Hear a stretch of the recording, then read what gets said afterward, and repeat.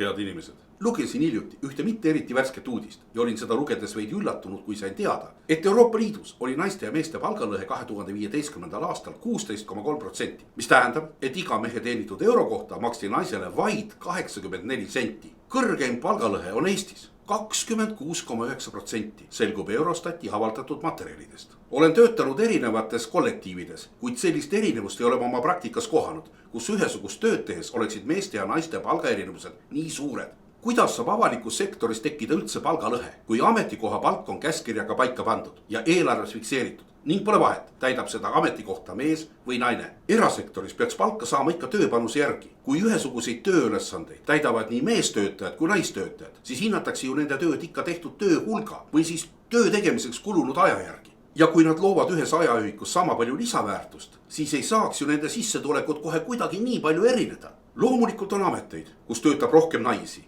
Ja sellistel ametitel võivad olla ka keskmised palgad tervikuna madalamad nendest ametitest, kus töötavad mehed. Ei kujutaks hästi ette näiteks kaevanduses töötavaid naissoost läbindajaid või metsalangetustöödel bikiinides rassivaid kaunitare, lohistades enese järel rasket saagi. See on ju meeste töö, sest see nõuab jõudu ning nendes toodud näidetes ei suudaks naised kindlasti meestega sammu pidada, kui tegu on tükitööga. Siis on täiesti loomulik, et naiste teenistus, isegi kui nad nendel ametitel töötaks, ei küüniks meeste töönormideni. Loomulikult võib olla ka erandeid, aga kindlasti ei ole tegemist rõhuva enamusega. Kui me räägime meeste ja naiste võrdsetest palkadest, meie riigis ja meie riigis valitsevast palgalõhest, siis on vahest alust vaadata, kui tasakaalustatult on meestele ja naistele makstavad summad korrelatsioonis kõige auväärsemas riiklikus institutsioonis, nagu seda on presidendi enese kantselei. Kantselei, mis peaks nii moraali kui muude inimlike näitajate poolest olema eeskujuks ja teenäitajaks terves ühiskonnas. Vaatan ja ei suuda ära imestada. Loomulikult töötavad presidendi kaaskonnas nii mehed kui naised. Loen, et president premeeris kantselei direktorit 3000 euro suuruse preemiaga. Lisaks sellele, et selle mehe kuupalk ei olnud alla Eesti keskmise, vaid korralikult sellest kõrgem.